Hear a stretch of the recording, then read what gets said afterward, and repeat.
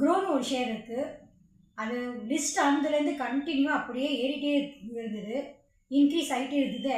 கிட்டத்தட்ட ஒரு 95% 100% டச் ஆகிற மாதிரி தான் இருந்தது. 100% தாண்டிடுச்சு.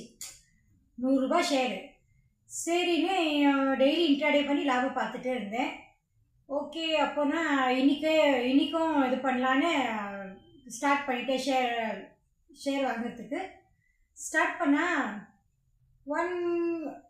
ஒரு 178 188 178 அந்த மாதிரி வாங்கிட்டு அப்புறம் இறங்கிட்டே இருந்தது கண்டினியூவாக 160 170 வந்தது, 169 வந்தது. கண்டினியூவாக பார்த்து சரின்னா அந்த ஒரு 10 ஷேர் எப்போவுமே நான் 100 ஷேர் 200 ஷேர் மொத்தமாக வாங்கிடுவேன். இன்றைக்குன்னே கொஞ்சம் பார்த்து 10 ஷேராக வாங்கினேன். சரின்னு பார்த்தா ரொம்ப லோ ஆகிடுச்சு. சரி அந்த லோலேயும் நம்ம வாங்கலாம், ஆவரேஜ் ஆகிடும் அப்படின்னு வாங்கினா சரின்னு பார்த்தா திடீர்னு ஸ்டக் ஆகிடுச்சிங்க. ஆச்சரியமாக இருக்குது. 40 ஷேர் 50 ஷேர் 100 ஷேர் வாங்கிட்டேன், அப்படியே ஸ்டக் ஆகிடுச்சி. என்னடா செய்யுதுன்னு நானும் பல நியூஸ் பார்த்தேன், டிவி போட்டு நியூஸ் பார்த்தேன், செல்லுங்களில் கூகுளில் போய் சர்ச் பண்ணேன். 2-3 பேர் எங்களுக்கு தெரிஞ்சவங்க இருக்காங்க, அவங்ககிட்டயே நான் கேட்டேன் எல்லாமே.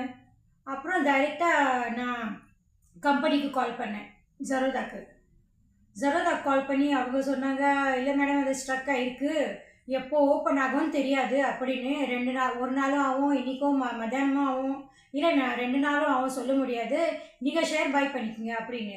கன்வெர்ட் பொசிஷன் எடுத்துக்கங்கன்னு. சரி, இன்னும் கன்வெர்ட் பொசிஷன் எடுக்கிறதுக்கு இப்போ எனக்கு திடீர்னு ஒரு இதாகிடுச்சு. கன்வெர்ட் பொசிஷன் இவ்வளோ எடுக்கணுன்னா நம்மக்கிட்ட பேலன்ஸ் வேணும், ஃபண்ட் வேணும்.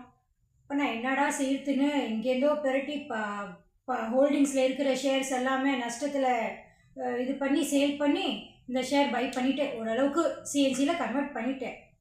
அப்புறம் எனக்கே இப்படி நிலைமை இருந்தால் மற்றவங்க 1 லட்சம் ஷேரு 2 லட்சம் ஷேர் ஆயிரக்கணக்கான ஷேருங்க போடுறாங்க. அவங்களது இன்றைக்கி என்ன நிலைமைன்னு யோசிச்சு பாருங்கள். அதனால் எப்போவுமே நீங்கள் ட்ரேடிங் பண்ணும்போது இன்ட்ராடே உங்களுக்கு பணம் இருந்தால் தான் ட்ரேட் பண்ணுங்கள், இல்லைன்னா தயவு செஞ்சு நீங்கள் பண்ணாதீங்க. ஆனால் பட் இது நல்லா இருக்குது, இன்ட்ரெஸ்டிங்காக இருக்குது. பட் இன்றைக்கி நிலைமை யாருக்குமே வரக்கூடாது, அவ்வளோதான். தேங்க்ஸ்.